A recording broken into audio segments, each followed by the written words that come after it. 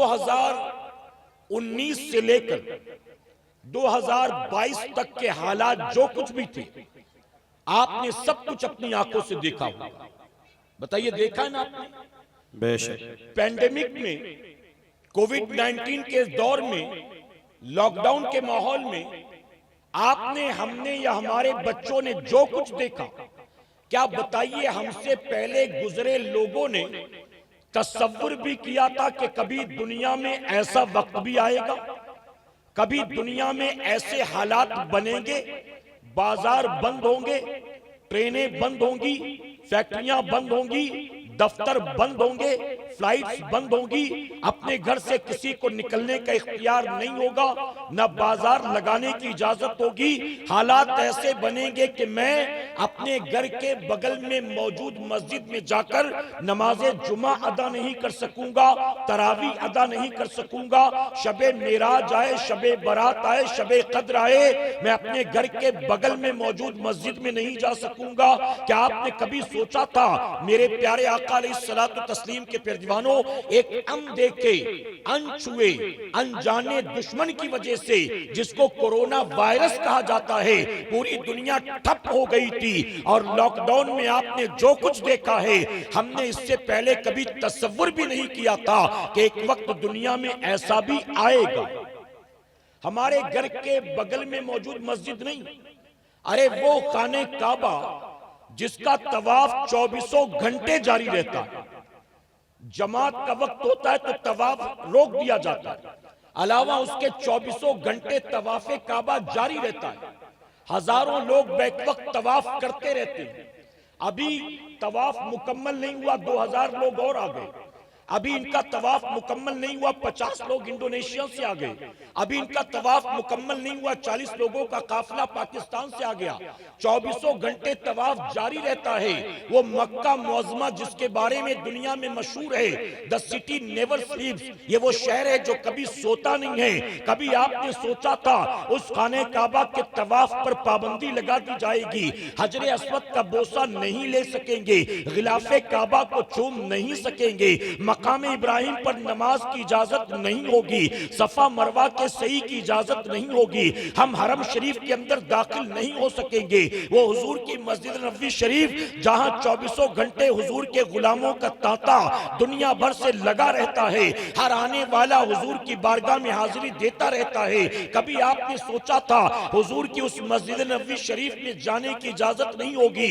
ऐ सरकारे मदीना अलैहिस्सलातु तस्लीम के प्यारे दीवानों, पूरी दुनिया में लॉकडाउन की वजह से, एक कोरोना वायरस के जरिए आप जानते हैं कैसी तबाही बर्बादी आई थी। ऐ सरकारे मदीना अलैहिस्सलातु तस्लीम के प्यारे दीवानों, पूरी दुनिया में करोड़ों लोग इसकी चपेट में आए हैं, लाखों लोग मौत के घाट उतर गए हैं। और आप जानते हैं कि कैसे कैसे लोगों को मौत आई है और कैसे कैसे लोग दुनिया से रुखसत हुए। अगर किसी बाप के 4 बेटे थे और कोरोना की वजह से बाप का इंतकाल हो गया, चारों बेटे रोते बिलखते रह गए, अपने बूढ़े बाप के जनाजे को कांधा नहीं दे सके हैं। अगर 68 साल का बूढ़ा बाप जिंदा था, 22 साल के जवान बेटे का इंतकाल हो गया, तो मरने वाले बेटे का उस बूढ़े बाप को चेहरा भी नहीं दिखाया जा सका है। पैकेट में पैक करके अस्पताल से बॉडी को लाया जाता था, कब्र में उतारा नहीं जाता था, कब्र में उठाकर फेंक दिया जाता था। न नमाजे जनाजा की इजाजत थी, न कफन दफन की इजाजत थी, न जनाजे को कांधा देने की इजाजत थी, ना आपको कब्र पर मिट्टी डालने की इजाजत थी। ये सारी चीजें हमने और आपने अपनी आंखों से देखा है।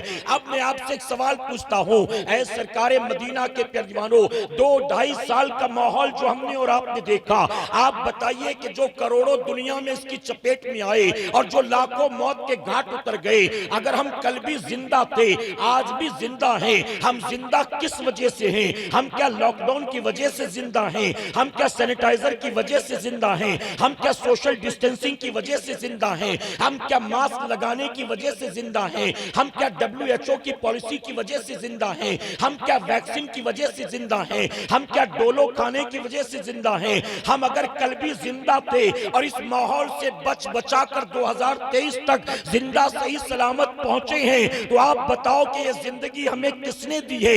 ऐ सरकारे मदीना के प्यारे दीवानों, आपको मानना पड़ेगा, ना हम वैक्सीन वैक्सीन की वजह से जिंदा हैं, ना हम डोलो खाने की वजह से जिंदा हैं, ना हम सैनिटाइजर की वजह से जिंदा हैं। अगर हम जिंदा हैं तो यकीनन ये जिंदगी हमें हमारे रब ने अता फरमाया। हक है, वाह। जिंदगी और मौत पर मेरे रब के सिवा दूसरा कोई ताकत रखता है भला बताओ? नहीं रखता। रब जिसे चाहे मौत दे, रब जिसे चाहे जिंदगी अता करे। कोरोना वायरस को यह इख्तियार नहीं कि अपनी मर्जी से जिसे चाहे मार दे।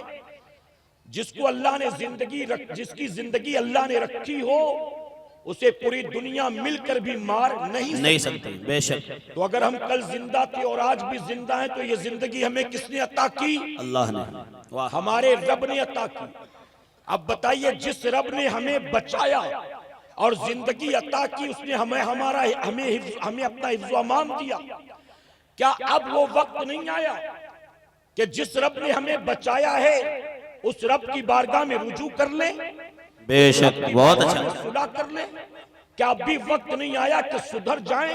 क्या अभी वक्त नहीं आया कि सही मायनों में इस्लाम के मानने वाले बन जाएं, सही मायनों में शरीयत और सुन्नत पर चलने वाले बन जाएं? ऐ सरकारे मदीना अलैहिस्सलातु तस्लीम के प्यारदीवानों, मैं बहुत माजरत के साथ उलमा की मौजूदगी में कहूंगा, जब तक लॉकडाउन की वजह से मस्जिदों पर ताले बंद थे, हमारी कौम का जवान बड़ा परेशान था।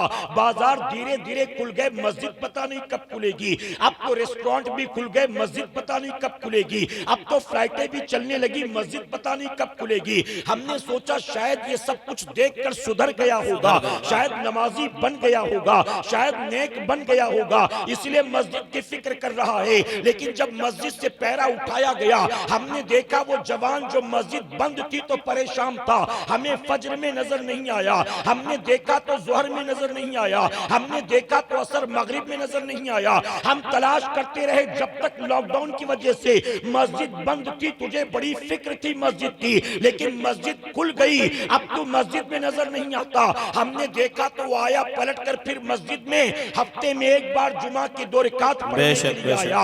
ऐ सरकारे मदीना के प्यारदीवानों, अरे लॉकडाउन में मेरी कौम का जवान अपने घर में कैद था, इसके बावजूद न मुसल्ले पर बैठकर रब की बारगाह में तौबा इस्तगफार कर रहा था, न मरने वालों के लिए दुआ कर रहा था, न बचे वालों के लिए हिफाजत की दुआ कर रहा था, बल्कि कोरोना की वजह से वो घर से बाहर नहीं निकल सकता। अगर निकलता है तो पुलिस के डंडे खाने पड़ते हैं, मजबूरन घर के अंदर बैठा है। लेकिन घर के अंदर बैठे बैठे ना कुरान की तिलावत करता है, ना अल्लाह के सजदे करता है, ना नबी पर दुरूदो सलाम भेजता है, बल्कि अपने घर में कैद होकर भी पूरी पूरी रात पबजी खेल रहा है, पूरी पूरी रात टिकटॉक पर लगा है, पूरी पूरी रात लूडो खेलता है, पूरी पूरी रात जंगली रमी खेलता है, पूरी पूरी रात जो है फेसबुक और व्हाट्सएप पर लगा है। ऐ सरकारे मदीना के प्यारदीवानों, अरे ये सारे हालात अपनी आंखों से देखने के बाद भी अगर नहीं सुधरोगे तो बताओ, क्या जब मौत का फरिश्ता सिरहाने आकर खड़ा होगा और रूह को खींचना शुरू करेगा तब कहोगे कि मोहलत दे दे कि नमाज पढ़ लूं, मोहलत दे दे कि कुर्ता पैजामा पहन लूं, मोहलत दे दे कि मैं दाढ़ी रख लूं, मोहलत दे दे कि मैं अल्लाह की बारगाह में तौबा कर लूं? अरे मौत का फरिश्ता जब सिरहाने आकर खड़ा होगा, हमारी और आपकी औकात क्या है? ऐ सरकारे मदीना के प्यारदीवानों, अपनी बादशाहत की वजह से, अपनी फौज की वजह से, तख्त व ताज और हुकूमत की वजह से जिस फिरौन ने खुदाई का दावा कर दिया था, क्या बताओ मौत के फरिश्ते ने उसको मोहलत दी है? जो नमरूद जबरन खुदा बना बैठा था, क्या मौत के फरिश्ते ने उसको मोहलत दे दी है? अरे वो कारून जिसके पास दुनिया के खजानों की कोई कमी नहीं थी, क्या मौत के फरिश्ते ने उसको मोहलत दे दी है? अरे वो शद्दाद जो अल्लाह के मुकाबले में आया था और कहा लोग अल्लाह की इबादत क्यों करते हैं? ताकि उनको जन्नत मिल जाए। मुझे अल्लाह की जन्नत की कोई जरूरत नहीं है, मैं जमीन पर अपनी जन्नत बनाऊंगा। माल और दौलत के नशे में चूर शद्दाद ने जमीन पर जन्नत बना ली थी। अल्लाह ने जब तक जन्नत बन रही थी उसको जिंदगी दी, लेकिन जब जन्नत तैयार हो गई और वो जन्नत में पहला कदम रखने वाला था, अपनी बनाई जमीनी जन्नत में जब पहला कदम कदम रखने वाला था, मौत के फरिश्ते ने रूह को कब्ज कर लिया और वो अपनी बनाई जन्नत में ना जा सका, बल्कि बाहर मुंह के बल गिर गया। अल्लाह ने शद्दाद की उस जगह पर रूह को कब्ज करके बता दिया, अरे जन्नत तेरी बनाई हो या मेरी बनाई हो, बिन मौला की मर्जी के कोई इंसान जन्नत में नहीं जा सकता। बेशक बेशक, बहुत खूब, माशाअल्लाह। लेकिन हम और आप सुधरने को तैयार नहीं। मैं आपसे सवाल पूछता हूं, 2019 में बहुत सारे हमारे अपने जो माह रमजान में हमारे साथ थे, उन्हें 2020 का माह रमजान नहीं मिला। बेशक, जो 2020 में थे, बहुत से उनमें ऐसे थे जिन्हें 2021 का माह रमजान नहीं मिला। जो 2021 तक मौजूद थे, उनमें से बहुत से ऐसे जिन्हें 2022 का माह रमजान नहीं मिला।